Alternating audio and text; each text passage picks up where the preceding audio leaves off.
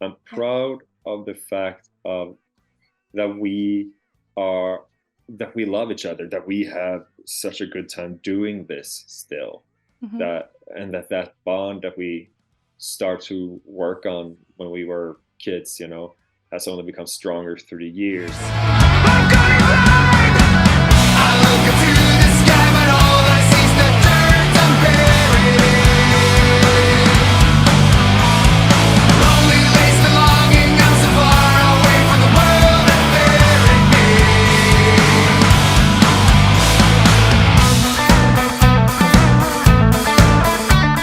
Hi guys, I'm Alex Alicia. Welcome back to my channel. I am so excited today because I am being joined by the frontman of, I would say, metal's coolest circus. It's Johannes of AVATAR. Hello, thank you for having me. Hello. Oh, it's such a pleasure. Honestly, I've just been saying how much of a fan of Avatar I've been over the years. But first of all, how are you doing? How is everything for you? Where are you currently zooming from? How's life? Zooming from my living room at home, that will continue to be my home for like another 5 days before we have to go into another apartment while they tear this one upside down because they're doing pipe renovations. So I'm got some moving boxes there. I got some assorted cables there, and the feet for the TV bringing over there. And all this is happening while we are about to release Dance Devil Dance, which we are actually here to talk about, not me folding cardboard. Uh, but no, things are good. Things are good, and as I was saying, like the period leading up to an album release this month is you get to feel so very, very famous if you're in a band. So much hype around before you get hit by the post-release depression when 2 years of your life, more or less, of pouring your heart and soul into something to Yeah, finally put it out there is like throwing that bucket of water into the ocean of all the sure. other music, saying, screaming, you're welcome, and people go, yeah, pretty good, and move on with their life. Definitely. Well, we've got so much to get into. It is such an exciting time for Avatar, and I cannot Mhm. wait for the release of this record. But before we get into it, I just want to start on a bit of a wholesome note for you. Mhm. It's been a while since the band started. Like when you look back, I don't know if you do that often, if you reflect on the time you spent in the band, and you look at where you're at right now and how the fan base has grown over the years, how it continues to still grow. A new ninth studio album release just around the corner, so Mm. much evolution in the band. Right now in Avatar, like how proud of this band are you?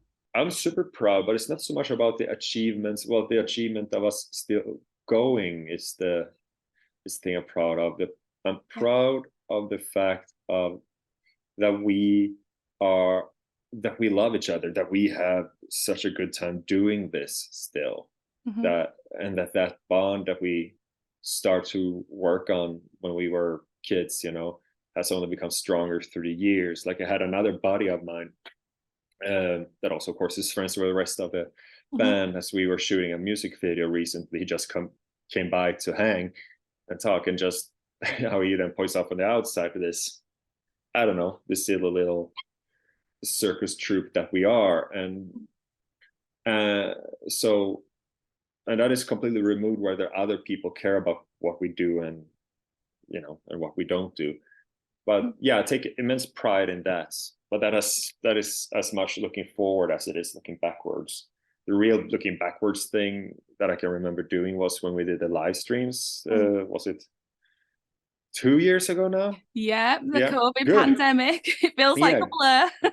yeah. But then for the one we did that was called Memories, where we did a whole unmasked and Mhm. put up posters from our old rehearsal room and all that.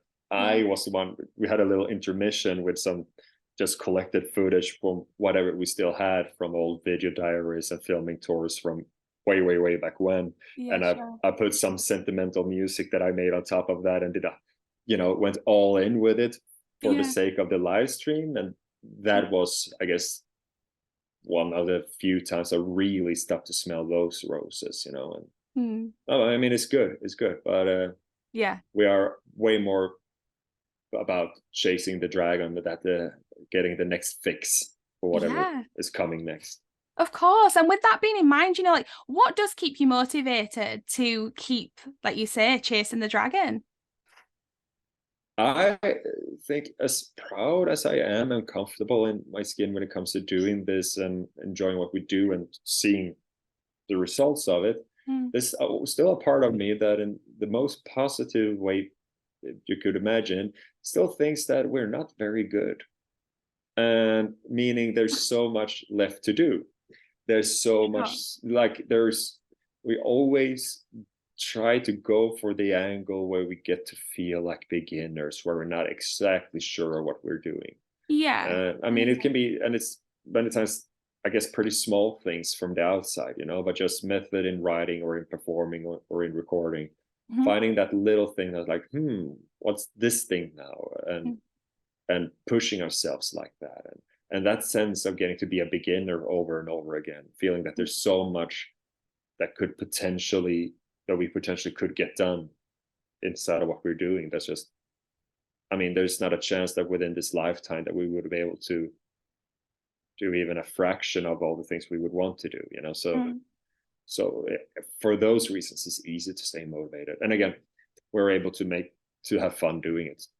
Yeah, of course. And it's definitely a fun time right now for Avatar. As you mentioned, Dance Devil Dance is the new album. It's your ninth studio album. And this is such a great record. Like, I can't honestly wait for everyone to hear it. All the singles and stuff that's out right now, we'll get talking about them in a second. But yeah, this album, like I say, it's your ninth studio record. So, like, Mm. does it get any easier, Johannes, to like put albums out at this point?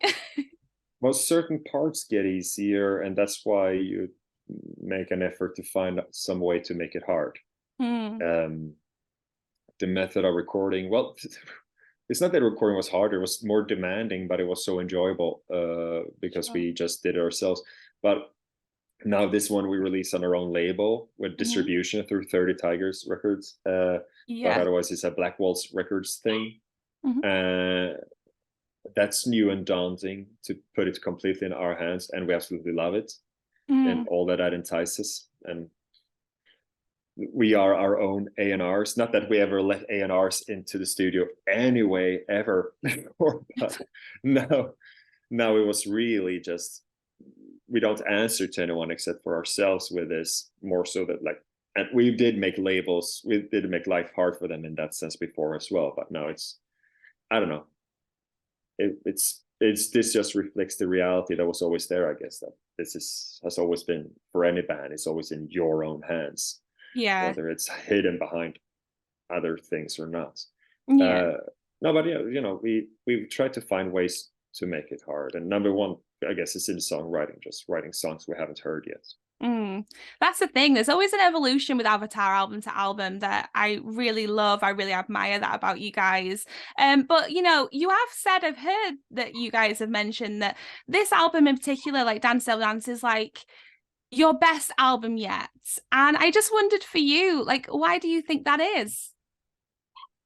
I think, well, I do draw a parallel to, I was reading Rob Halford's book Confess during the same period as we were kind of wrapping up the writing and Yeah. getting to the chapter about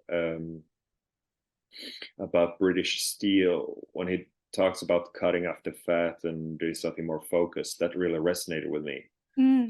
I mean, Avatar, songwriting wise, we are kind of eclectic, it's the Mm. three, we have three guys who start songs, then we finish them together. It's very collective at the end of it. Cool. So Yeah. we're a very democratic band, but three of us kind of are the ones who start. Mhm.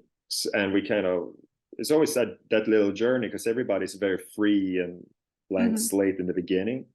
Then we Mhm. go through the trip of kind of, oh, what did I like that you did? What did you like that I did? Yeah, And sure. which parts of that everybody kind of like, which of Mhm. those parts fit together and make sense together, right? Mhm. But so, it's a kind of a wide range of vibes that goes into our songs. But this Yeah. time I feel like song by song, they are way more focused.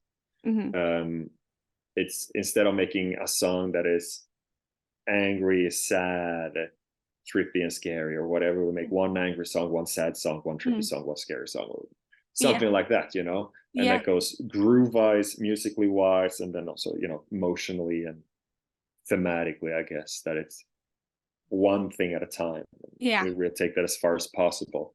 And I think that makes for better, that just, I think, invites those songs to truly become a part of people's lives, you know, that, because it also connects with a very important fundamental part of, we always talked about or worked on wanting to be groovy, whatever we do. Even when we blast death metal stuff, we want to be groovy. Yeah. And I think really inviting a lot of rock and roll back into what we're doing, and acknowledging that heavy metal, that's a subgenre of rock and roll, and rock and roll is dance music. Yeah. So really, in the method of recording, sitting around in a tiny room doing it live, not me, of course, then, and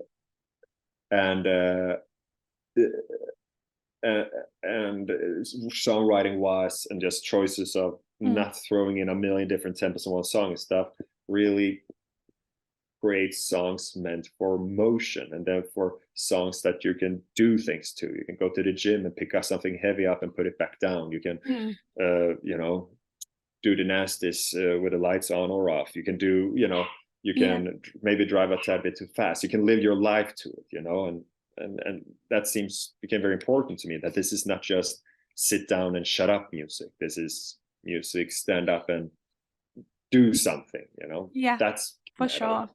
For sure. And I like that you brought up the, you know, the lyrical perspective, because I want to talk to you about that, because one of the things I've noticed, you know, with Avatar is, if you take away the theatrics for a second, but not permanent, because I love it all, if you strip it back, you know, and you think about the lyrical content, you've got some really strong messages in there for your fan base, for the listener. There's so much that I hear, like empowerment and, like, you know, just teaching people to like fight back and scream and dance and like live life. And you know, it's so inspiring. And I just wondered for you, you know, like when people do finally get to hear this album, like what are you really hoping that the listener takes away from it when they hear the whole collective? I mean, my value system, our value system as a band, our journey as individuals and as a group, of course, paints, you know, of course, that informs our art as much as it informs what we go out and vote for, or what we put on our plate and stuff like that. But it's not necessarily written with an agenda per se. Well, actually, on this album, there's one song that is probably the more outspoken thing we have done. Yeah, I like words. I mean, again, opinions and who pisses us off. Like we did a song about being angry at Putin already in 2014, but it just wasn't super evident. It's applied in metaphors for whatever reason. But this time we say no one gets to be an effing fascist, which it's all based in, actually, I don't know, like there was this big manifestation in Sweden at some point a few years ago, a bunch of neo-Nazis walking down the street in some small town, right? Good news with that was that the counter demonstration, of course, the people that rallied against that were much, much bigger. Right. So it became a nice, you know, that I don't know, like it became an uplifting story for that reason, I guess. But one thing that one photo from there was this guy holding up a sign, roughly translates to, "I can't believe we still have to go out and protest this shit." And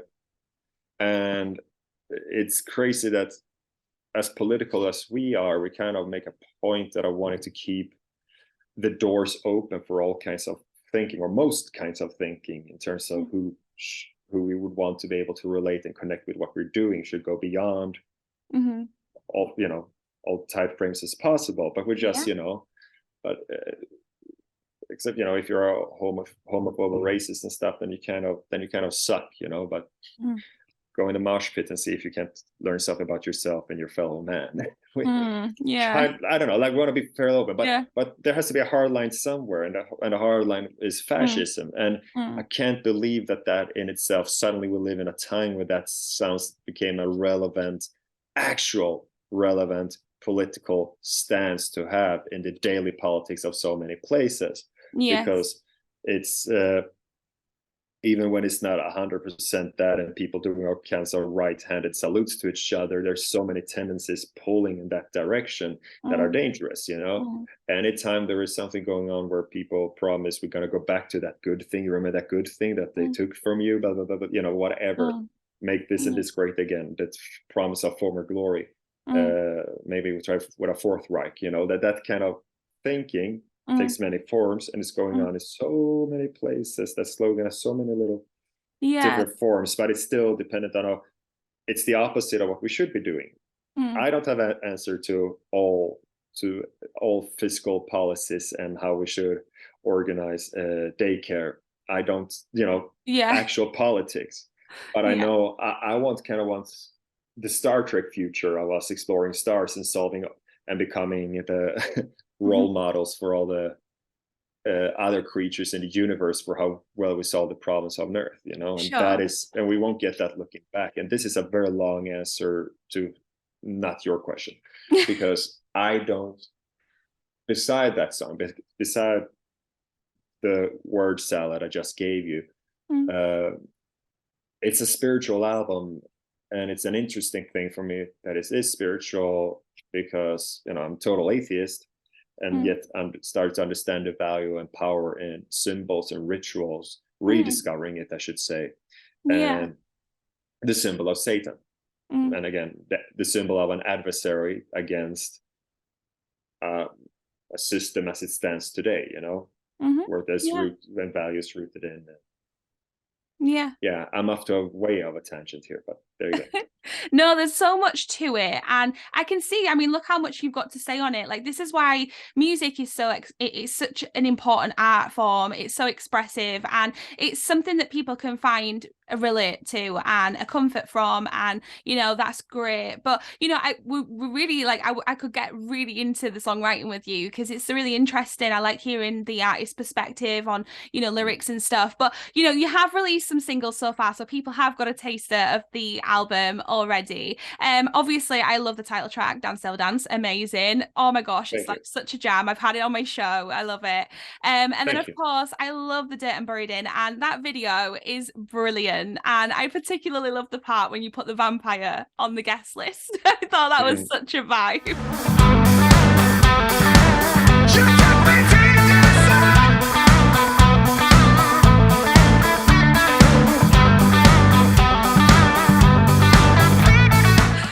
I just wondered, like, what is it like when you guys, when Avatar film a music video? Is it a moment where you can all really come together after you've all come together in a studio, but then come together like visually and creatively? And how much input do you all get on a music video like The Dirt and Buried In? Like, how does it work? Oh, Talk me it's through. all us together. It's all us together with Yuan, Yeah, writing and producing it, and you yeah. know, Johan Kalén we've been doing music videos with for almost a decade now, I guess, Hmm. or not almost, over a decade. Wow.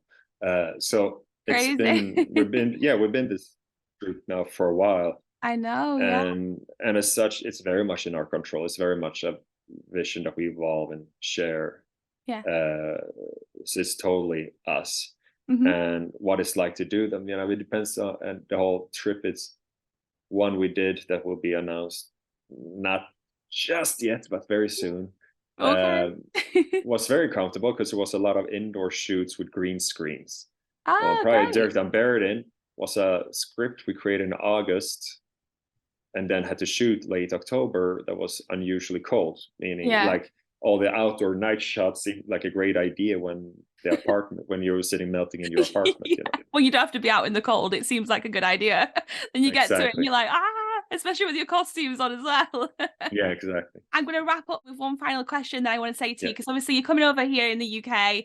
So Mhm. much to talk about with Avatar. We'll have to catch up another time. Anybody who's planning on coming to see you here on any of the 7 dates that you're doing, have you got anything that you want to say to the people that might be considering grabbing a ticket and coming to see Avatar? Have you got anything you want to say to them or let them know? I'm confident in that we are about to do the best shows of our career. The way we put everything together, of the continuing traditions inside of what Avatar are doing, Hmm. and evolving some ideas, and playing the songs that we have to play every time until we die, and gladly will, with some songs that over time has start to feel a bit like deep cuts that will resurface, and everything in a context where it's just the right balance between chaos and theatrics. So I know, I feel like we're about to make personal history, at least.